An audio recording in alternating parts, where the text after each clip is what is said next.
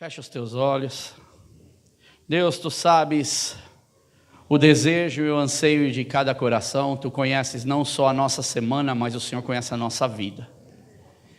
E é a Ti, Senhor, que nós entregamos sempre que a gente vem para falar da palavra, sempre que a gente vem para cantar e louvar o Teu nome. É a Ti, Senhor, toda honra, toda glória e todo respeito ao Senhor. Que o Teu Espírito Santo, como nós cantamos aqui, tenha a liberdade de agir em nosso meio de uma forma cada dia diferente, Deus. De uma forma, Senhor, que contagie o nosso coração e haja transformação na nossa vida, Deus. E o Senhor sabe do desejo e do anseio também do meu coração, Senhor, quando eu posso me sentar e eu posso ali estudar a Tua palavra, Deus. Quão gostoso tem sido esta oportunidade, Senhor, e essa responsabilidade também de poder passar a palavra para os meus irmãos, porque também eu aprendo com tudo isso, Senhor. E que o Senhor continue nos ensinando, Senhor, a cada dia mais estarmos na Tua presença, Senhor. Ouvindo mais da Tua voz, Senhor, para errarmos menos, Deus, e para acertarmos cada dia mais. Para que o Senhor nos ajude também, Senhor, a vencer as dificuldades da nossa vida, a vencer as dificuldades desses tempos que nós vivemos, Deus.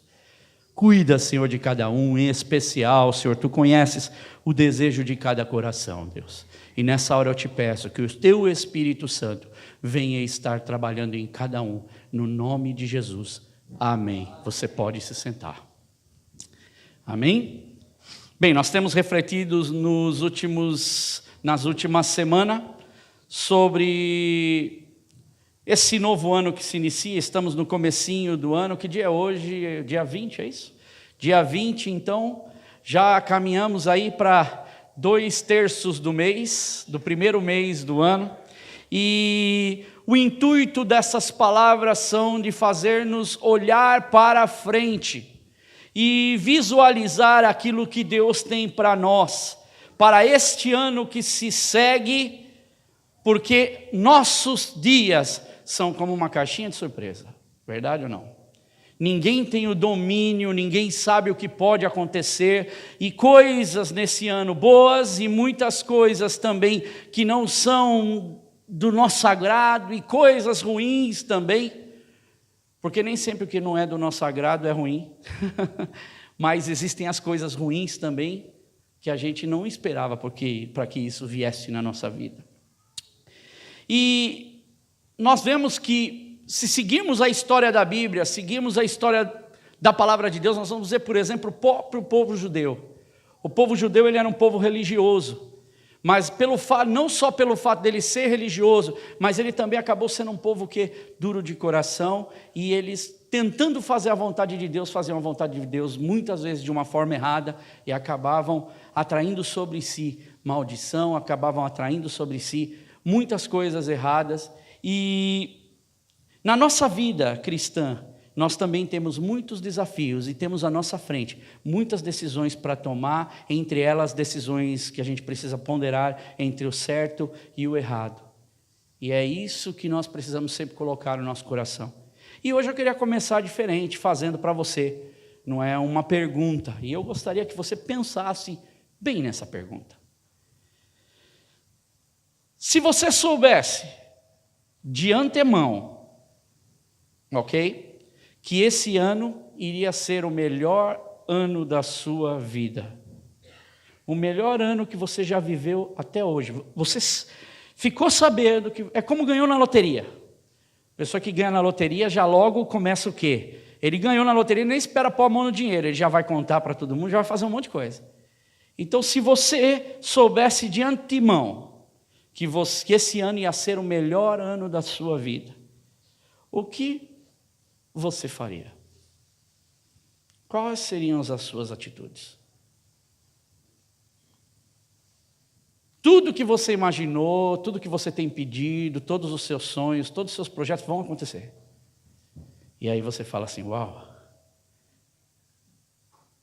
E eu me coloquei nessa pergunta, e coloquei também pela vivência com as pessoas, algumas respostas possíveis que algumas pessoas dariam. Então, se você então pudesse olhar para frente nos próximos 12 meses e você pudesse ver as bênçãos de Deus sendo derramadas sobre a sua vida de uma forma sem precedentes. Aí nós vamos ter alguns que vão falar assim, eu recebo, né? Eu quero. Mas eu garanto que muitos estariam realmente fazendo festa. Se eles tivessem essa certeza, eles iriam fazer uma festa. Outros, eles ligariam para a família como se tivessem recebido uma herança, algo fantástico, uma novidade para contar para a sua família, para os seus amigos, e ele iria dividir isso, porque afinal, esse ano vai ser o melhor ano da minha vida. Agora, para algumas pessoas, por incrível que pareça, para muitas pessoas, e não para algumas pessoas, elas estariam em choque. Se elas tivessem realmente certeza, elas estariam chocadas com a notícia, e elas começariam, ao invés de sentir a alegria, porque a alegria ia ser muita, elas iriam começar a estar experimentando uma outra coisa que se chama ansiedade, e também o medo, porque pensando, como é que isso aconteceria? Se Deus prometeu, então Deus vai dar, como é que isso então pode acontecer para a minha vida? Então, ao invés da pessoa começar a se alegrar com aquilo que ela está recebendo, a primeira coisa que ela vai pensar é puxa, mas como é que isso vai acontecer? Porque isso é do ser humano. E depois, será que se eu falo para as pessoas e depois vai que no meio do caminho acontece alguma coisa errada e o negócio não acontece mesmo, eu vou ficar sem graça para depois ter que falar para as pessoas que não deu certo. E para muitas pessoas, infelizmente, eu digo, para muitos dentro da própria igreja com a mentalidade cristã, eles acabam entrando num campo que a gente pode dizer assim, dele começar a ficar com medo de poder ter alegria, com medo de poder viver a experiência que Deus tem para a sua vida. A primeira coisa que a gente fala e a gente vê na boca do crente, do cristão, é o que a gente começou a falar semana passada, é a questão da espiritualidade, que às vezes ela se torna sem precedentes na vida do cristão, e ela começa a virar tipo clichêzinhos para o cristão, e aí ele já se acha de que é impossível ele ter paz, ele buscar a presença de Deus numa totalidade, e ele poder de repente viver tempos de alegria, e viver tempos com Deus, uma vida feliz, mas ele sempre pensa, será que algo vai vir tirar a minha paz? E nós comentamos isso semana passada, porque trabalhamos um versículo em João, na verdade trabalhamos praticamente o capítulo todo, João 16:33, que muitas pessoas se apegam, por exemplo, nesse mundo terão aflições, vocês terão aflições, contudo tenham ânimo, eu venci o mundo. Eles se apegam como um talismã. E por que eu usei essa passagem? Porque era para fazer mais ou menos um chão para iniciar aquilo que eu chamo de uma história do Antigo Testamento, que nós falamos muito de uma parte da história, mas esquecemos da outra parte da história. E às vezes nós focalizamos demais algumas coisas e esquecemos de ir até o final. A história, ela fica incompleta. E é interessante que ainda seguindo nesse versículo de João 16:33, que ele diz assim, eu lhes disse essas coisas para que vocês em mim tenham paz. Jesus está falando, eu estou dizendo tudo que vai acontecer, os problemas, para que vocês já fiquem em paz. Porque nesse mundo vocês terão aflições. Falei isso semana passada. E aflições aqui é interessante, porque aflições no original é a pressão. É quando a pessoa ela é afligida, quando ela recebe uma pressão, uma compressão sobre a sua vida, e o termo que você pode até substituir pela palavra aflição seria tribulações. Você quer ver como a gente realmente vive algumas dessas coisas na nossa vida? Quer ver? O significado de tribulação. Tribulação não é a tribulação dos finais do tempo, não. Tribulação, aflição do dia a dia. Martírio. Nós vivemos hoje o martírio? Não. Aqui, por um acaso, nós não vivemos o martírio por causa da causa de Cristo. Mas muitos cristãos podemos incluir nessa palavra vir e vem o martírio. A agonia. Possível? A angústia. Possível? A aflição por si própria. Tormento, adversidade, grande luta, infelicidade, coisas do dia a dia. Infortúnio. Pode acontecer. Contrariedade ou tragédia, inquietação, aperto, preocupação. Preocupação tanta que o próprio termo diz tortura. Tem gente que vive uma tortura, ela não vive uma vida. E eu falei que o antônimo, ou seja, o contrário de tribulação, é exatamente como Jesus começa o versículo. Ele diz que nesse mundo tereis, que eu estou falando essas coisas para que em mim vocês tenham paz. E a paz é o quê? Serenidade, tranquilidade e paz. Propriamente, paz mental. E aí você pode olhar para o final do versículo, diz, contudo, tenham ânimo. Ou seja, você pode substituir, tenham boa coragem, tenham bom humor para saber levar as coisas da vida, ou seja ousado. Então nós aprendemos muitas coisas com a palavra de Deus. Agora é assim, irmãos, muitas pessoas podem estar perguntando na tua cabeça: tá bom, pastor André, é porque você está falando essas coisas porque você não está vivendo aquilo que eu estou vivendo. E o interessante é que a gente, quando faz essa pergunta para outra pessoa, porque ela está falando, a gente esquece também de olhar que essa pergunta eu também posso falar para vocês. Tá bom, vocês também não sabem o que eu já passei, o que eu já vivi. Essa pergunta, ela é uma pergunta de duas mãos, porque cada um de nós passou por uma dificuldade grande na vida, e às vezes ainda passa nos dias de hoje, e virá passar por esse ano. E nós precisamos estar preparados com o nosso coração em paz. Então, eu terminei a palavra da semana passada dizendo exatamente isso. Se a pessoa está em paz no cristianismo, infelizmente hoje, se eu estou em paz, eu já ouvi muito isso. É porque eu não estou fazendo a vontade de Deus, então o diabo não está com raiva de mim, então ele não vai atacar. Agora, se eu estou vivendo tribulação, é porque eu também não estou fazendo a vontade de Deus, e aí virá as consequências do Deus punitivo. Nós ficamos entre a cruz e o punhal. E Deus não nos chamou para vivermos a nossa vida entre a cruz e o punhal.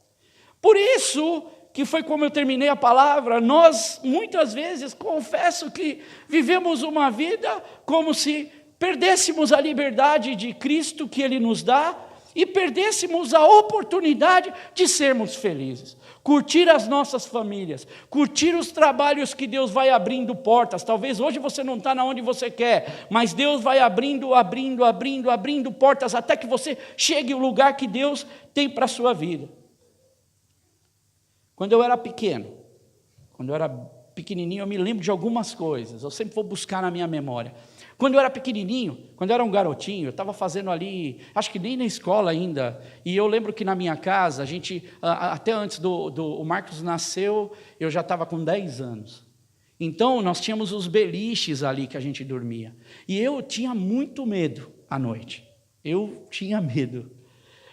Às vezes os meus amiguinhos chegavam para falar assim, olha, cuidado com o bicho-papão, cuidado com o monstro e tal. Aí a gente já logo desenvolvia aquele medo. Eu me lembro de várias vezes, os meus irmãos estavam lá assim deitados e eu cobria a cabeça no beliche e ficava quietinho, morrendo de medo, porque o bicho-papão, e parece que o bicho-papão vinha, parece que tinha um vulto ali do bicho-papão, a gente cria, a gente faz uma ficção na cabeça. E aí eu lembro que a gente morava numa laje, então a gente tinha, era o segundo andar, o primeiro andar, perdão, e em cima tinha a casa da dona e tinha uma oficina mecânica. E nessa oficina mecânica, às vezes, os meninos pulavam para pegar o pipa, o papagaio lá e tal, e aí, na hora eu morria de medo, porque, tá entrando ladrão. E às vezes era gato, que gato meio estranho também, não é? Só que quando eu comecei a ficar adolescente, eu comecei a pensar, falei, nossa, é estranho, porque eu me lembro que eu acordava cedo para ir para a escola, e a minha educação física começava às 8 horas da manhã, às 7h30, e eu estava fazendo entre o primário e o secundário, e eu ia para a escola às 5 horas da manhã, agora a gente reclama, mas eu acordava às 5 horas da manhã, por quê? Porque 6 horas, quando começava a clarear, a gente se juntava para jogar bola, até às 8 horas, quando ia começar a educação física, lembra disso, Mel? A gente pulava o muro da escola. Irmãos, vocês não têm ideia como eu tinha medo de passar num lugar ali da escola, da minha primeira escola. No banheiro feminino, disseram que tinha loira no banheiro. Eu não sei porquê, eu sabia que não tinha loira no banheiro. Mas eu, cuja idade eu evitava, arrepiava passar aonde eu ouvia falar que tinha a loira do banheiro. Então vê que esse medo ele vai perseguindo, vai dando arrepios na gente. Mas à medida que eu fui crescendo, eu já não estava ficando com medo do bicho-papão nem com a loira do banheiro. Não é? Comecei a ficar com medo do quê? Dos amiguinhos de má índole na escola, porque eles batiam nos outros. E eu falei, não posso me misturar com essas pessoas, e dava medo. Só que o que aconteceu? Hoje, a gente tem muita gente que são água com açúcar, esses meninos mal daquele tempo. É água com açúcar hoje para o menino mal que a gente tem. Só que, à medida que eu fui crescendo, incrível, os meus medos começaram a ficar um pouquinho mais sofisticados também. Aí, medo, insegurança, temores, começaram a fazer parte da minha vida como ser humano. E já não era mais, então, loira do banheiro, já não era mais o que todo mundo teve o seu, né? Acho que cada lugar do Brasil, o Brasil é enorme, tem o seu bicho-papão, né? Para a criançada. E aí eu comecei a desenvolver uma outra coisa que nós, como adultos, desenvolvemos. Sabe qual? O e se. E se não der certo? Por exemplo, o meu casamento. E se não der certo, o meu namoro? E se não der certo, a minha mudança de país? E se não der certo, ou eu não conseguir entrar em Londres? E se a imigração me parar? Tem gente que vive isso até hoje. E se eu perder meu emprego? E se eu não conseguir mais me comunicar, porque o inglês não entra na minha cabeça? E se acontecer algo com a minha família? Eu aqui, minha família no Brasil? E se a saúde de um familiar meu começar a piorar? Eu lembro minha mãe, quando ela chegou aqui em Londres, a gente achou que agora está com tudo certinho, está tudo organizado. Um culto, estava lá minha mãe passando roupa na igreja, eu cheguei do trabalho e a minha mãe só fez assim para mim, vem aqui. Eu falei, não, o que aconteceu? Eu falei, mãe, cheguei até brincando, quando eu olho lá, minha mãe, olha, eu não consigo andar. Eu falei, o que aconteceu? Eu falei, eu já estou aqui 1 hora passando o felpa e não sei, eu não consigo. Eu cheguei até a igreja, não consigo mais andar, porque ela tirou a tireoide, ela teve câncer. E eu falei, meu Deus, e se estiver voltando? Gente, é com o nosso filho, é com a nossa família. Aí leva no médico, o médico dá o remédio, não, é apenas o hormônio que tem que controlar, estava muito baixo e tal. Mas olha, na hora a gente fica, e se Deus? E se der algo errado? E se para 2018 não aconteceu o que eu estou planejando? E se Brexit aí atrapalhar todo mundo, né? O brasileiro fala legal, Brexit, né? E se a igreja for afetada? E se? E essa lista, meus irmãos, não para por aí. Todos estes são medos que diariamente passam pela mente de milhões de pessoas por todo o mundo, inclusive a nossa. Quando uma mãe leva seu filho para o médico, quando alguém está doente. Mas, quando eu paro, olha que coisa grandiosa, quando eu paro para refletir na palavra de Deus, me vem à memória o que a Bíblia diz, o que eu realmente sou, e quem é o meu Deus. Hoje, enquanto eu cantava, eu falava, Deus, realmente, se o Senhor disser haja, ou se o Senhor falar alguma coisa, acontece. Só que parece que muitos de nós somos meio que estranhos a essa realidade de Deus na nossa vida. Porque a gente vive com tanto medo, inclusive um medo cristão, uma ficção cristã na nossa vida. E afinal, quando eu começo a olhar para Deus, a minha pergunta muda. Quem é que está olhando por mim todos os dias? Quem é que está cuidando da minha família todos os dias? E se os meus medos, e se fosse realmente trocado ou mudado por uma sólida confiança no Senhor Deus, que é o nosso Pai.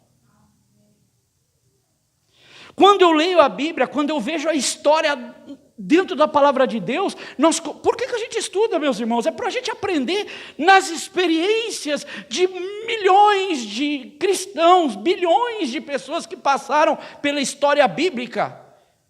Que o nosso Deus é vivo, que Ele continua vivo, que Ele está olhando por nós e que Ele cuida da nossa família e que Ele se preocupa com a gente.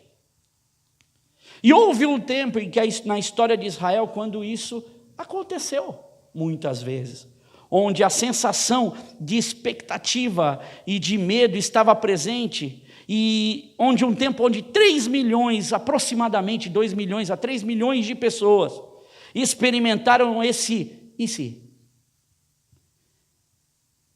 Em Josué, quando você começa a ler, você vai ver uma passagem fantástica do povo de Deus nesse momento tão lindo de começar a olhar e vislumbrar para tomar posse da terra prometida. E quando nós começamos a olhar e tomar posse daquilo que Deus tem para nós, para mais um ano, porque a nossa esperança, como eu disse, vai se renovando, esse é um ótimo texto para a gente refletir um pouco sobre isso e extrairmos as lições que nós podemos para aplicarmos no nosso dia a dia. Josué e o povo de Israel estavam a experimentar, enfim, o grande momento das suas vidas, o momento em que iriam então possuir a terra prometida, a terra que Deus havia falado, essa é a terra que eu estou dando para vocês. E olha, eu quero que você abra em Deuteronômio para a gente começar a entrar nessa história hoje e a gente aprender da história que a gente já conhece, e um pouquinho mais daquilo que a gente já conhece, para esse momento de Israel tão lindo. Abre em Deuteronômio no capítulo 8, versículos 7 e 9.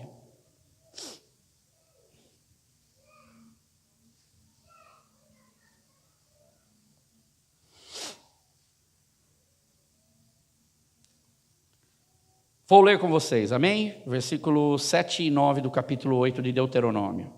Pois o Senhor, o seu Deus, veja que Deus dá uma descrição geográfica e também tudo que tem na terra prometida para eles. Eles deixam bem claro o que estava à frente deles. Deus, lembra da pergunta que eu fiz no começo para vocês? Se você soubesse do que você iria ter quando você, esse ano, se tivesse certeza, qual seria a tua expectativa e o que você faria? Olha o que Deus está falando para eles, em alto e bom som. Pois o Senhor, o seu Deus, os está levando a uma terra boa, cheia de riachos e tanques de água, de fontes que jorram nos vales e nas colinas, terra de trigo e cevada, videiras e figueiras e romãzeiras, azeite de oliva e mel, terra onde não faltará pão e onde não terão falta de nada, terra onde as rochas têm ferro e onde você poderá escavar cobre nas colinas. Olha como Deus ele está sendo específico naquilo que ele está falando para Israel. Agora, Deus havia prometido, está clara a promessa para esse povo. E o povo, lembre-se que eles já tiveram experiências com Deus. Então, de 40 anos agora, o povo viria a estar para entrar na terra prometida. Lembra que essa promessa está sendo dada em Deuteronômio, 40 anos antes. Aí você vai me perguntar, mas 40 anos? E agora que Deus, em Josué, que eles vão entrar na terra prometida? Enfim, esse povo de Israel teria a liberdade de viver uma vida, porque 40 anos que eles viveram uma vida de rodar no deserto. Eles não estavam totalmente livres, apesar do cuidado de Deus. Veja, Deus cuida das nossas vidas, Deus cuidou do povo de Israel, mas esse povo, eles não estavam vivendo totalmente a liberdade e a alegria de Deus. Fica bem claro aqui. Há um escritor, Eric Hofner, ele faz a seguinte declaração. Ele é um psicólogo dos Estados Unidos, E ele trabalha com comportamento social. E num livro que ele escreveu, que chama The True Believer, ele tem uma frase interessante, olha, sobre a questão da liberdade. O tolo usa a liberdade como se fosse um brinquedo para se brincar. Mas a pessoa sábia usa a liberdade como uma ferramenta para se construir. O cristão, ele tem a liberdade de Cristo, mas ele não sabe muitas vezes utilizar a liberdade real que Deus dá para a vida dele. Aí a gente parece que está voltando lá para o tempo de Jesus, quando a gente via, comentei isso na célula, quando a gente via que a gente falar de 10 mandamentos, meu irmão, até parece brincadeira, porque nunca ninguém ia ter nem como quebrar os 10 mandamentos, porque além dos 10 mandamentos tinha um monte de outros mandamentos. Eles criaram uma cerca além da cerca e o povo não conseguia mais. Era carga muito pesada sobre o povo, e Deus pediu, e na verdade eles acabavam nem fazendo aquilo que Deus realmente pediu para eles. Porque vão sendo colocadas cargas em cima das pessoas, cercas aonde ela se sente acuada. O mundo já faz isso, e nós como cristãos estamos na liberdade de Cristo e na dispensação do Espírito Santo de Deus, foi o que nós falamos semana passada. E é interessante como a humanidade vive exatamente o que esse escritor ele diz. Por exemplo, olha para a nação do Brasil. O Brasil é uma nação livre, mas não. Ela é uma nação presa à corrupção. A partir da sua população, ela é. Porque se tem jeitinho para tudo, o povo não sabe viver a liberdade, ele acaba se tornando escravo da própria liberdade. Dá para entender o que ele está querendo dizer? Quando eu me torno escravo da liberdade, eu começo a usar até a religião para me colocar dentro de um quadradinho e não faço aquilo que Deus tem para a minha vida. O brasileiro que vive esse tipo de coisa, no nosso país que a gente conhece bem, ele acaba vivendo também debaixo da falta de liberdade num país que deveria ser livre. Se você vai, por exemplo, para a África, você vê um ditador ditando a regra de um país, e é interessante que às vezes nem a ajuda humanitária chega lá, porque esse ditador ele pega toda a ajuda humanitária e aquele povo continua sendo pobre. Apesar do dinheiro investido para a liberdade na vida daquelas pessoas, elas continuam sendo presas. E muitas pessoas hoje querem ser livres, mas não fazem a mínima ideia como conseguir a liberdade. E outras têm a liberdade, mas não fazem a mínima ideia de como usá-la. Grande realidade para a nossa vida, meus irmãos, porque a partir do momento que nós começamos a aprender a liberdade que Cristo dá na nossa vida, não tem como não romper barreiras. Você também tem esse problema. Você também muitas vezes passa por problemas assim, de não ter liberdade na sua vida, de ter medo como eu, por exemplo, tive quando era pequeno, ou de ter hoje como os adultos, e se. Mas nós, olhando para a palavra de Deus, podemos desenvolver uma confiança total. Não é como diz aqui, quando você recarrega a bateria, diz full power. E é isso que a palavra de Deus ela nos ensina a viver.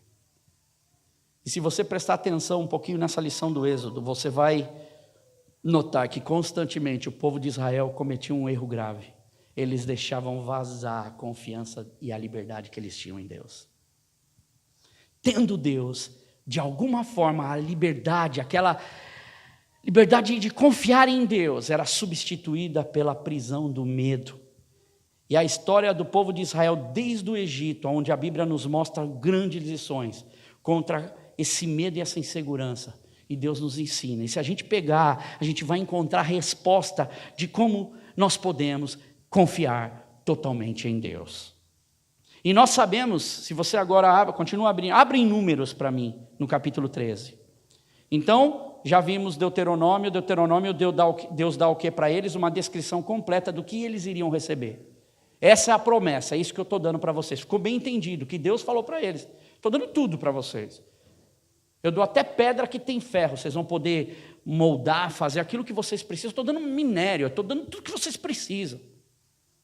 Eu estou dando comida, eu estou dando manancial de água. E lembra, eles estavam no deserto. Aí nós vemos agora a história de onde 12 espias foram para sondar a terra. E quando voltaram, 10 espias vieram cheios do quê? Em si. Dúvidas. Reclamações que vêm depois das dúvidas. E não entraram na terra prometida por causa desse relatório. Veja só. Números 13, 26 a 29.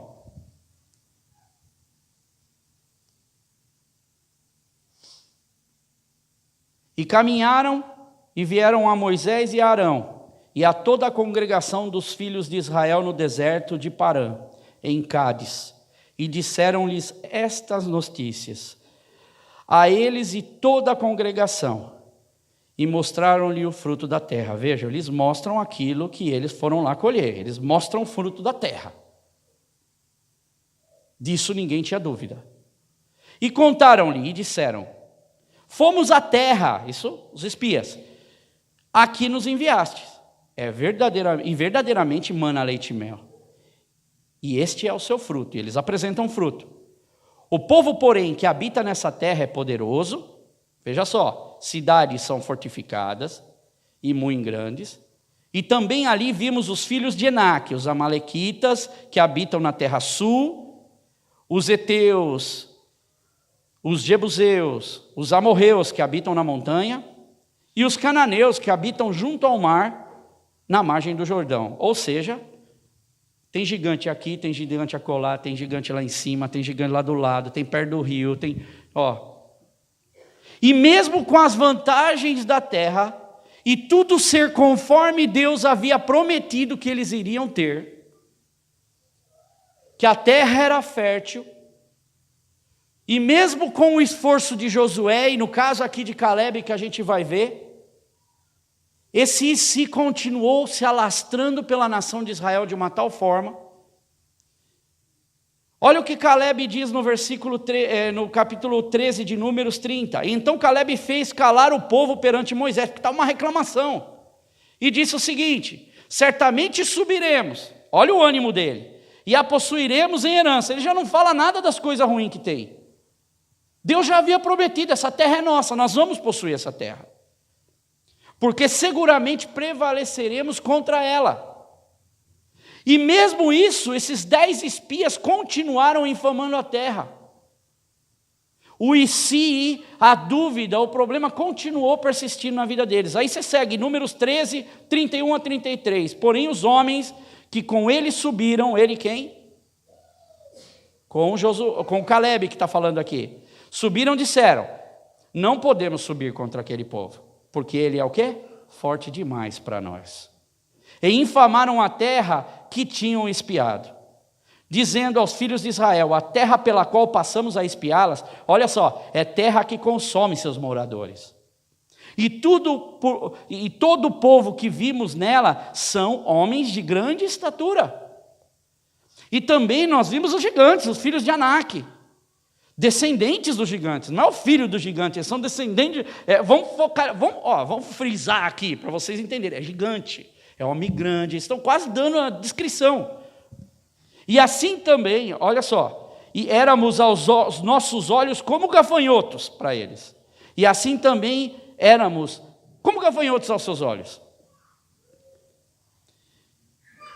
A visão deles estava tão prejudicada que eles olhavam para aquele povo, eles viam aqueles homens, um número gigantesco. Além de ser gigante, era um número enorme. Eles eram gente como um gafanhoto. Eu não consigo contar. Não dá para dizer nem quantos tem. Eu só sei que a gente não consegue. Nosso número é pouco. E nosso número não é pouco. A gente também é como um gafanhoto na visão deles. Ou seja, a gente acaba só se depreciando e a gente vai diminuindo diante do quê? Do problema. Agora veja que interessante. Compara essas duas passagens. Deuteronômio 8, 7 e 9 que você leu. Agora vamos comparar Números 13, 31 e 33 que você leu. Primeiro, Deuteronômio, Deus fala da terra prometida, que ela seria deles. Agora olha a segunda, deu o mau relatório, a reclamação e a difamação sobre a promessa de Deus. E nós chegamos à conclusão de que o problema aqui é total falta de confiança em Deus.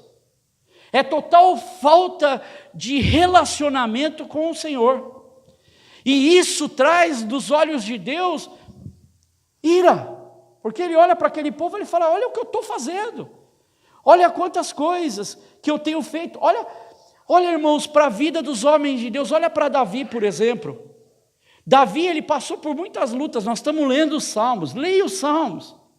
Davi, muitos dos seus salmos eram salmo de desespero, de pedido de socorro a Deus. E ficava muito claro que, de repente, Davi vislumbrava Deus vindo sobre ele e Deus atendendo o seu pedido com o seu braço forte. Por exemplo, Salmos 20, de 5 a 9, diz o seguinte: saudaremos a tua vitória com gritos de alegria e ergueremos as nossas bandeiras em nome do nosso Deus. Que o Senhor atenda a todos os teus pedidos. Agora eu sei, Senhor, o Senhor dará vitória ao seu ungido. Dos seus santos lhes responde com o poder dos céus, Salvador da sua mão direita. Alguns confiam, versículo que a gente conhece muito, confiam o quê? Em carros, outros em cavalos, mas nós confiamos no nome do Senhor, nosso Deus. Eles vacilam, eles caem, mas nós erguemos e estamos firmes. O Senhor concede a vitória ao rei. No caso, Davi está fazendo essa oração. E responde-nos quando nós clamamos. Vê a perspectiva de quando nós temos a perspectiva de Deus na nossa vida. E a Bíblia deixa muito claro que, por esse motivo, então, Israel perambulou pelo deserto por 40 anos. Homens e mulheres daquela geração acabaram padecendo no Egito. Gente, todos os pais, aqueles que saíram do Egito, pereceram. Foram consumidos pelo deserto. E o povo de Israel, ele não só foi consumido, mas note uma coisa, eles perderam 40 anos da vida deles. Crianças nasceram nesse período e ficaram perambulando com seus pais. Filhos tiveram que pagar pelo preço do pai, eles iriam receber, mas 40 anos eles ficaram perambulando pelo deserto. E essa nova geração, então, tem a seguinte lição: estamos diante da terra prometida? Legal. Aí ele olha para trás, ele tem o quê? A visão do deserto. O que é o deserto para ele? Lugar de sofrimento e o túmulo da família dele. O que eles têm à frente? À frente deles está a terra prometida, aquilo que Deus tinha prometido para eles. A terra que mana leite e mel, a terra da promessa.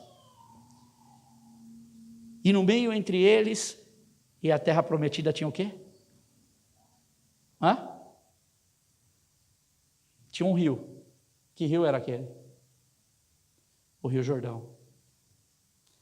Imagina esse povo agora de frente para atingir a terra prometida. E eles agora têm que atravessar um rio. E sabe o que é mais interessante? Que a Bíblia vai deixar depois bem claro, porque a gente vai entrar nisso, porque é muito interessante a gente entrar nisso. A Bíblia deixa bem claro, para dificultar e para a gente ter uma visão, que esse rio, quando eles iam atravessar, estava no tempo da colheita, era tempo de cheia. O Rio Jordão tem mais ou menos, calcula-se, uns 30 metros no seu volume normal, de um lado para o outro.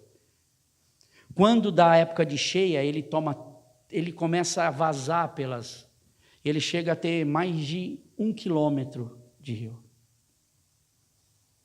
E Deus pega agora esse povo, esse novo povo, esses jovenzinhos, essas pessoas que saíram do Egito 40 anos depois, e agora coloca de frente para a terra prometida, para atravessarem para o outro lado, no período das cheias. Do outro lado continuam os mesmos inimigos, do outro lado tem tudo que os pais deles falaram, lembra? Terra de gigantes. Imagina isso ecoando, esse medo ecoando na cabeça deles. Será que a gente vai falhar igual aos nossos pais? Será que a gente não vai chegar do outro lado? Será que a gente não vai conseguir? Meus irmãos, essa é a nossa vida também. Nossos desafios são colocados diante de nós e não, o desafio ele vem quando parece que está no momento da cheia. no momento que o rio tem o seu maior volume. Mas é exatamente nesse momento que, se a gente volta e coloca a nossa fé em Deus, a gente consegue experimentar algo que nenhuma religiosidade pode nos conceder, que é a confiança no soberano Deus. E aí nós vamos conseguir entender, refletindo, por exemplo, um pouco, e se colocando no lugar deles, agora o que eles têm para atravessar. Porque na nossa vida também, às vezes a gente perambula anos e anos por sonhos e projetos na nossa vida, desejos de atingir as coisas, e a gente não conquista, e a gente não consegue. E aquilo começa a se tornar na nossa vida uma frustração. Seja na área que for na nossa vida. O medo, a insegurança, o problema, ele existe. Agora, como é que a gente consegue vencer todas estas coisas? Como é que nós conseguimos passar por esses gigantes que a gente tem todos os dias na nossa vida? Como é que nós conseguimos obter de Deus essa segurança real? Eu não tenho, meus irmãos, como simplesmente fazer uma oração para um Deus que eu não conheço. Eu não conheço Deus totalmente, mas aquilo que a Bíblia me dá, esse Deus total que eu sinto, é algo inexplicável para a minha vida. E esse si, essa dúvida, essa incredulidade, essa chance perdida pelos pais, agora não podem acontecer na nossa vida. E essa era a pergunta que eles tinham naquele momento. E agora? Já não tinham mais Moisés, 40 anos havia se passado, o rio está no seu volume máximo, os inimigos continuam lá, talvez ainda mais fortificados, porque se tivesse entrado 40 anos atrás, não tinha dado tempo deles ficarem mais fortes ainda.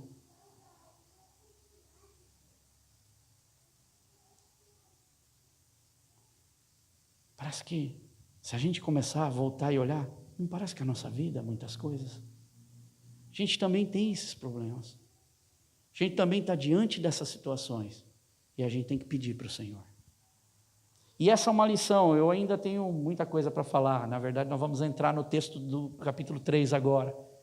E nós vamos ponderar cada ponto, porque Deus ele vai traçando uma linha de lógica. Como, lembra o que Deus falou? Vou dar terra, vou dar maná, leite e mel, eu vou dar água, eu vou dar isso, vou dar aquilo. Geograficamente Deus deixou tudo para eles. Agora Deus vai chegar para eles e vai falar: lembra do que eu prometi para vocês? Agora eu vou dar a deixa e a dica de tudo que eu ensinei vocês no deserto, para vocês usarem, para vocês chegarem até o lado de lá. E se nós aprendermos essas lições, essas riquezas da palavra de Deus, eu tenho certeza que um dia ou outro, durante esse ano, você vai se lembrar e você vai falar. Porque nós precisamos viver essas experiências em Deus. Porque senão a nossa vida em Deus se torna vazia. Nós precisamos ter experiências mesmo com o Senhor. E as experiências incluem, sim, a alegria na nossa vida, o bem-estar de Deus na nossa vida.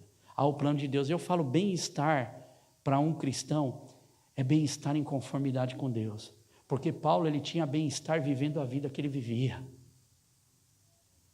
Quando eu estou no centro da vontade de Deus, aquilo que eu vivo é bem-estar para mim, porque eu estou fazendo o que eu gosto. Mas eu estou sofrendo. Meu irmão, eu estou feliz. Porque eu estou com Deus. E nós precisamos entender isso. E esse é o meu desejo, é o meu intuito, porque são coisas que nós levamos. E nós vamos crescendo, nós vamos passando dos medinhos, pequenininhos, para aprendermos a ter confiança em Deus. E somente nós, como cristãos, não tem outro lugar para você ir do que na palavra de Deus. Não existe outra chave além da palavra de Deus. Há muitas pessoas cheias de ideias. Eu lembro que eu assisti aquele programa da Oprah, Era cada dia ela trazia alguém diferente para falar alguma coisa para ajudar. Era a hora pastor que falava, era a hora cara de meditação que falava, era uma miscelânea, era tudo para trazer o quê? Bem-estar para as pessoas. Mas eu confesso que o único bem-estar que eu consigo encontrar na minha vida está em Deus, porque é um bem-estar eterno. Ele não se resume ao meu dia, ao meu ano somente. Ele é um bem-estar eterno. Fica de pé.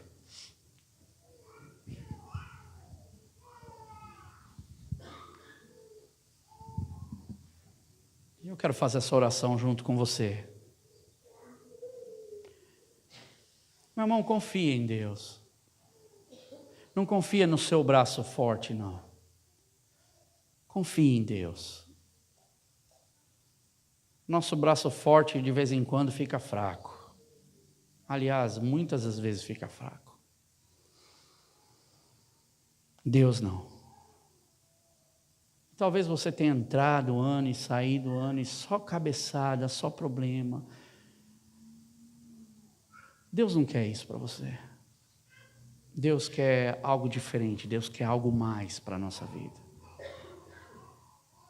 E essa talvez seja uma boa hora de falar: Deus, me ensina.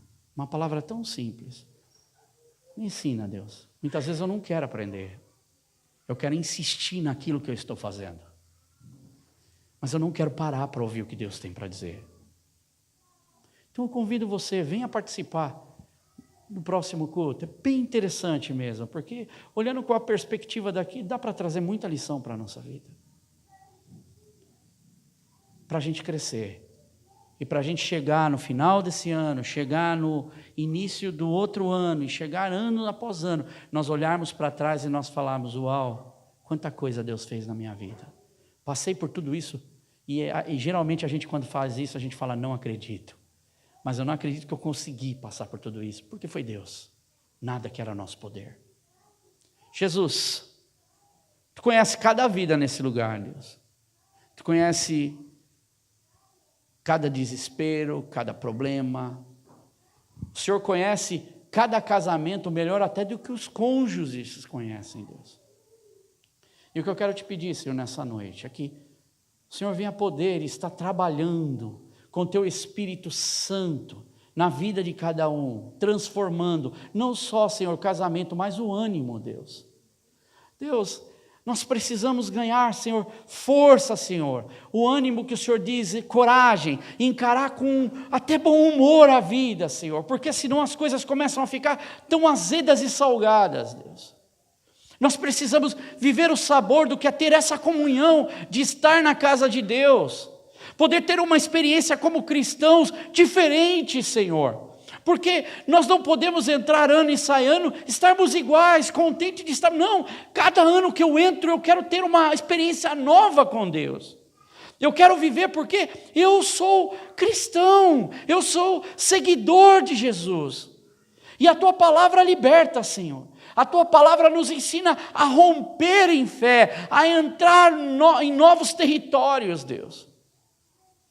A fazer a Tua vontade, a ser feliz, a ser uma pessoa realizada em Ti, Deus. O Senhor é o nosso centro.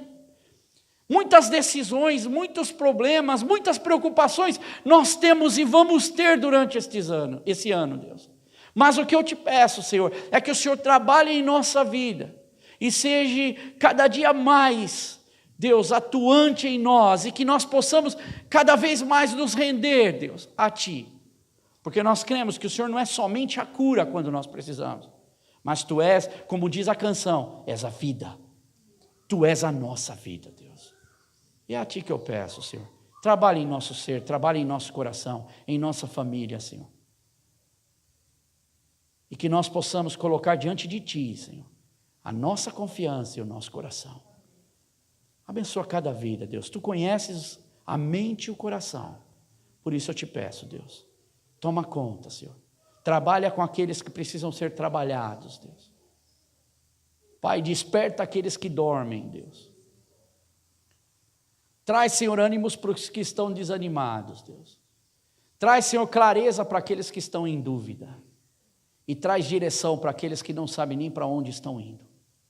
Pai, essa é a minha oração, Deus, escuta, Senhor, o nosso clamor, como Davi falava, escuta o nosso clamor, o nosso pranto e o nosso lamento, Deus. Pai, vem, Senhor, com a tua mão poderosa, Deus, na vida de tantos imigrantes nesse país, Deus, que vivem, Senhor, sim, esse momento. Um momento em que a gente não sabe o que pode acontecer, mas de uma coisa a gente tem certeza, é de que o Senhor é Deus, e nós somos seus filhos, e precisamos entender essa convivência entre pai e filho. Ensina-nos a cada dia mais, Deus, no nome de Jesus. Amém, Senhor. Bem, não sente que a gente...